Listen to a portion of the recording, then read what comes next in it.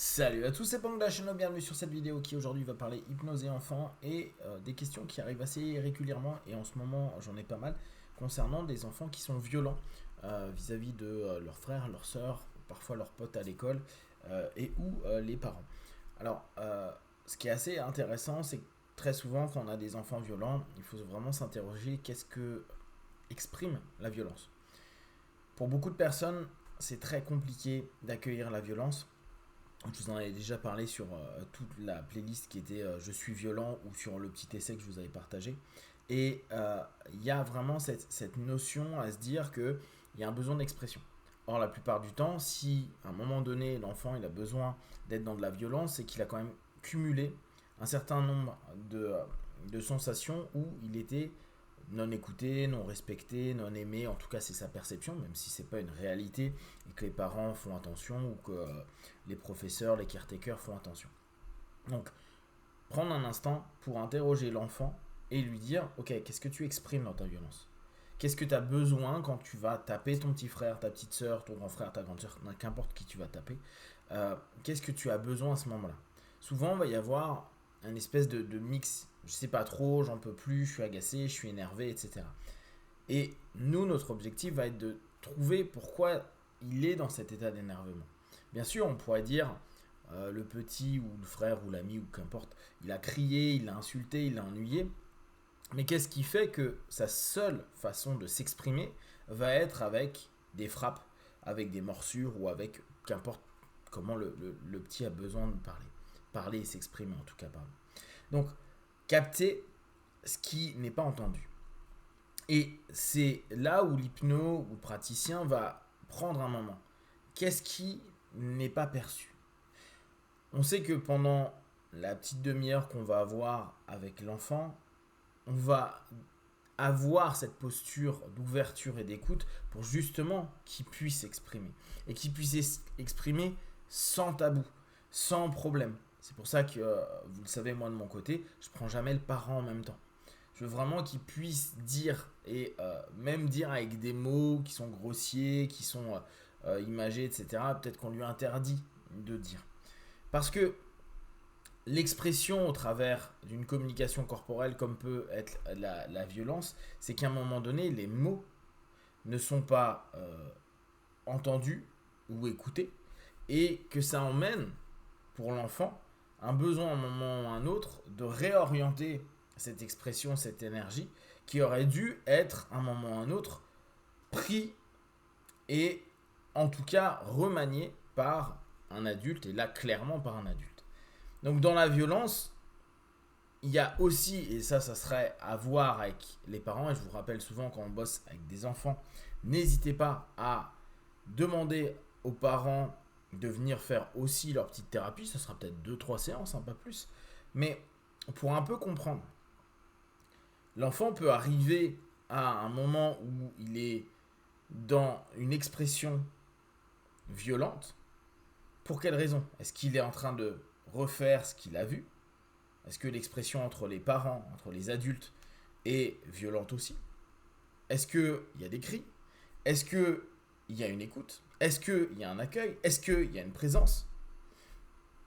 Qu'est-ce qui va faire que l'enfant puisse en arriver là? Alors, on sait, il va y avoir aussi tout un rapport de frustration. Et là encore, qu'est-ce qui fait que l'enfant n'arrive pas, à un moment donné, à maintenir un peu de frustration? Et à la limite, si c'est un peu, il faudrait voir la jauge qu'il a.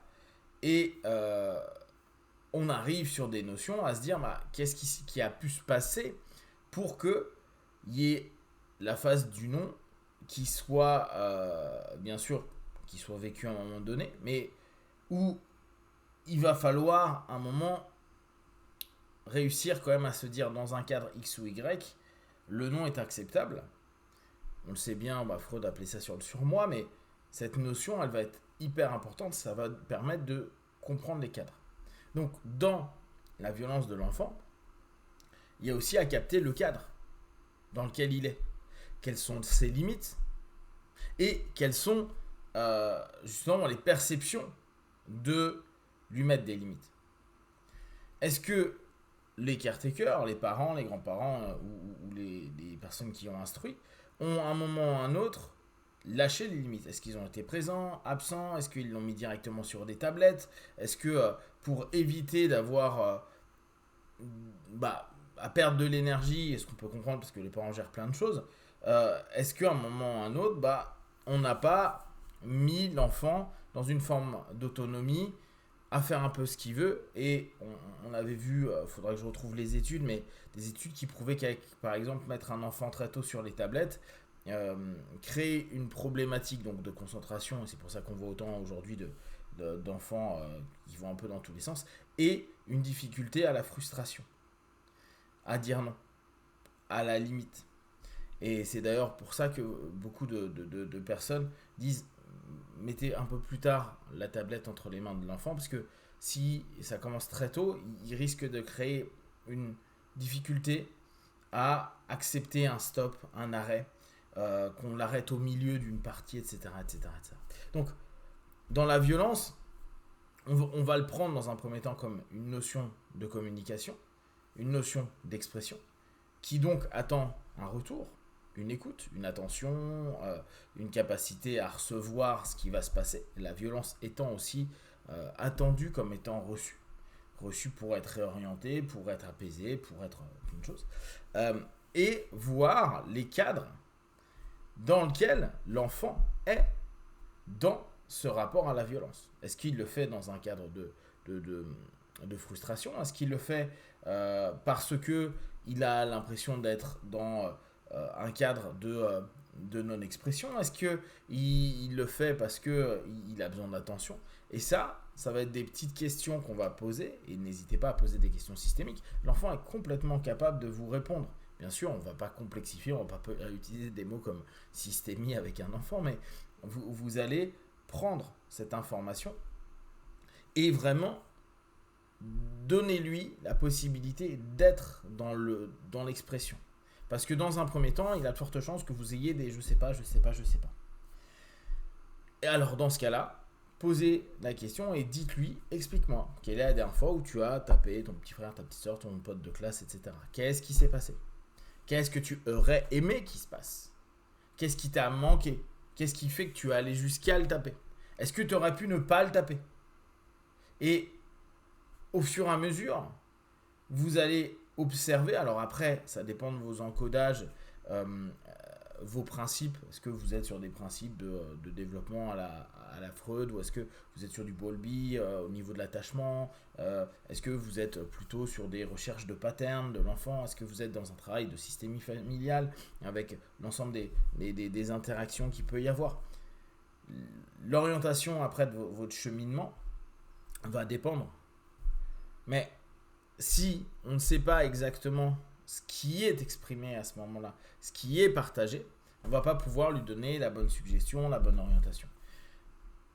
Sachant que dans le cadre en l'occurrence de l'hypnose, il y a un moment ou un autre, on va lui permettre une expression et une écoute et une sensation qui devrait logiquement lui permettre d'arriver dans un apaisement, ce qui ne veut pas dire qu'il n'y aura pas des cris, ce qui ne veut pas dire qu'il ne recommencera pas à être violent, mais l'idée va être au fur et à mesure de lui donner la possibilité d'avoir une libre expression, et surtout, libre expression, là on peut l'avoir avec les points, mais d'avoir la sensation d'être entendu.